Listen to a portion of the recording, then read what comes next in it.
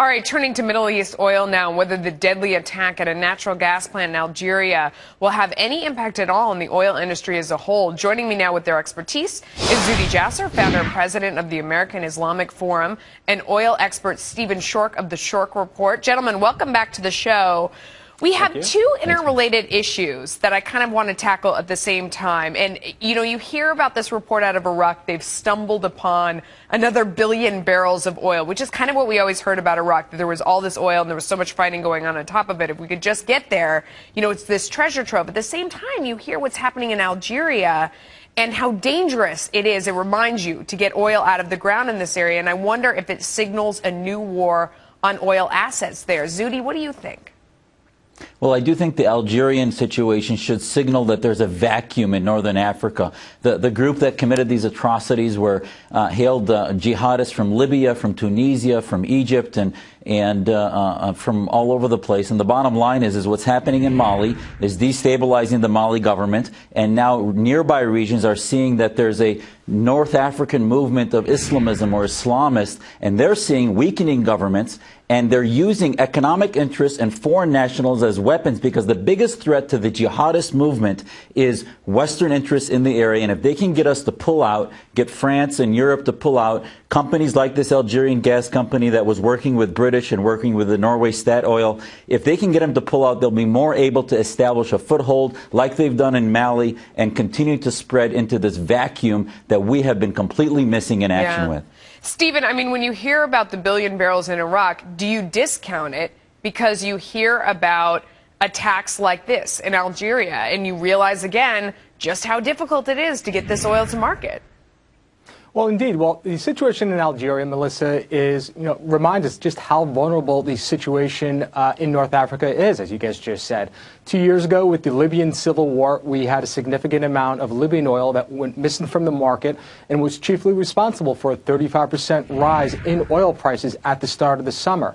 Now, the fact that, going back to Iraq, that you've got a country with 143 billion barrels of recoverable oil, they're the fourth largest reserve in the world, and they still can find another 1 billion barrels out there, just again knocks out the leg from the myth of peak oil. Bottom line is prices are high enough, the incentive is there to start looking for this stuff, and we are getting it out of the ground. But whether it be in Iraq, Algeria, Libya, these are very vulnerable situations. And this is why we should all hail the decision today to finally go through with the Keystone Pipeline, which again will make the United States and North America less dependent on Libya, on Iraq, on Algeria for the oil, and more dependent on the stuff that we can pull out of our own ground. I mean, you're talking about the governor of Nebraska coming out today and saying that that he approves the new plan to go around the area that had been, designated as a no-go zone in Nebraska for the XL pipeline. It's still now up to the president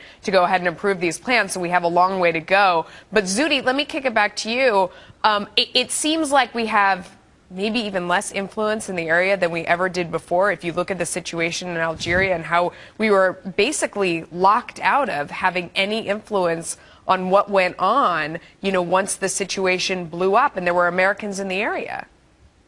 Absolutely, and nature abhors a vacuum, and in every country you see a vacuum happening, and into that void is coming the Islamists. Even this find of oil in Iraq, it was near the Iranian border. Just today on Press TV, the Iranian energy minister is saying, oh, this is shared reserves. They want to move in. That the context in Iraq is a Kurdish conflict within, where the Kurds have cut down their oil production from 100,000 barrels a day to 5,000 because they don't want Baghdad to control it. So Baghdad now says, oh, look, we found oil, and now we're not going to be as dependent on the Kurdish region. So into this conflict, America has been missing in action, and Iran is going to fill those voids if we stay asleep against political Islam and its interests. And, Stephen, you make the great point that this means that we should be more dependent on ourselves than ever before, that we need the pipeline, but it also pushes the focus to fracking and to shale.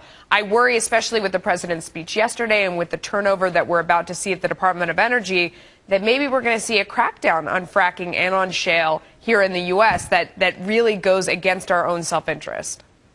Well, it really would, and really would be a shock, Melissa, if the president did come out now, especially after the governor, who, by the way, was against the XL pipeline before, now he's for it, because bottom line, that pipeline is still going over the same aquifer, just in a different region. But at the end of the day, they realize how important this is. U.S. crude oil production is up 25% over the past 5 years. Yeah. That is 1.3 million barrels a day of oil that we are now producing that we do not have to import from Hugo Chavez, from Nigeria, or from Nigeria for that matter. Yeah. So this is indeed, we are growing our own resources. It gives us a tremendous leg up. It will be, especially if you look at, of course, with what's going on in Algeria, with the Kurdish situation in Iraq. Look what's going on with China and Japan. They're fighting over a rock in the South China Sea, all because of oil. If we do not exploit our own resources, we are certainly setting ourselves up for a significant run-up in price. Yeah. All right, gentlemen, thanks so much. Great Thanks, discussion. Melissa. All right, time.